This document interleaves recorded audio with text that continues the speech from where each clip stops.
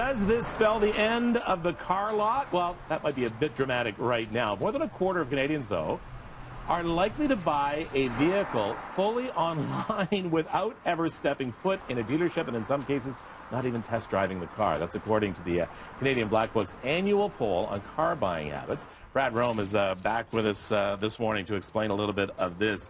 And we know that online shopping is really taking over, and it's having a severe impact on many parts of retail.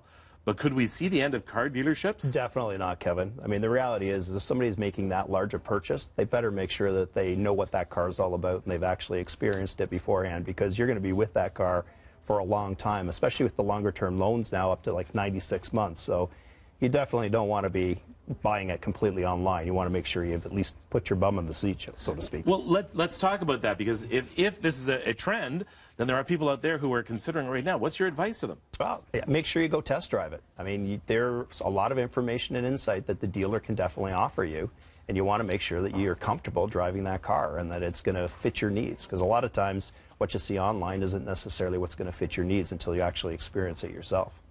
Overall, auto sales are softening. 51% of Canadian automotive consumers are likely to purchase a new vehicle over the next 24 months. That's actually down more than 10%. Yeah, let's face the facts. That's still pretty strong, though. When 51% are saying that they're interested in buying in the next 24 months, that's pretty good. And we've had record after record as far as new vehicle sales are concerned. In fact, last year was over 2 million new car sales.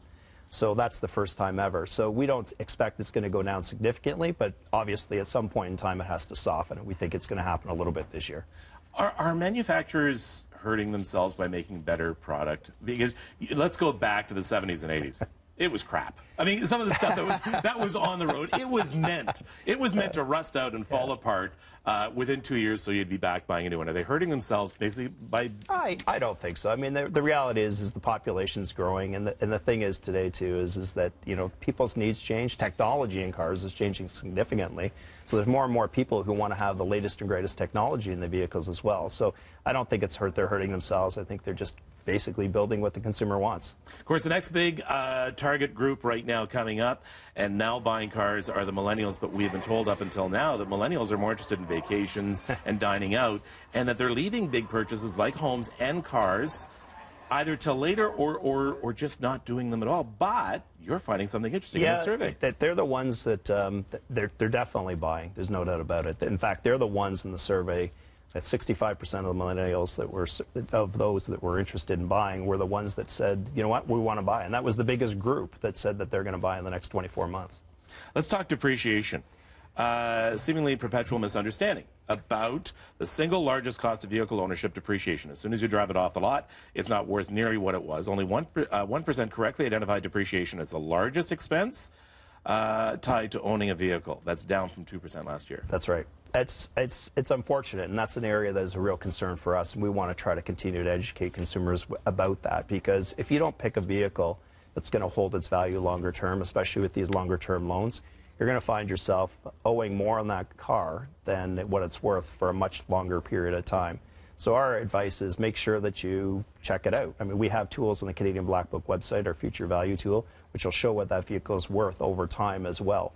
And it can make a huge difference as far as what it's going to cost you longer term. Especially if you're leasing. Well, because we tend not to hear anything whenever we're leasing a car. We tend not to hear about that part about the payout at the end, and that we just think, oh, I'm getting a great car for a lot less money. Yeah, you have to be careful with the whole transaction. You have to understand completely from soup to nuts as far as what you're getting into.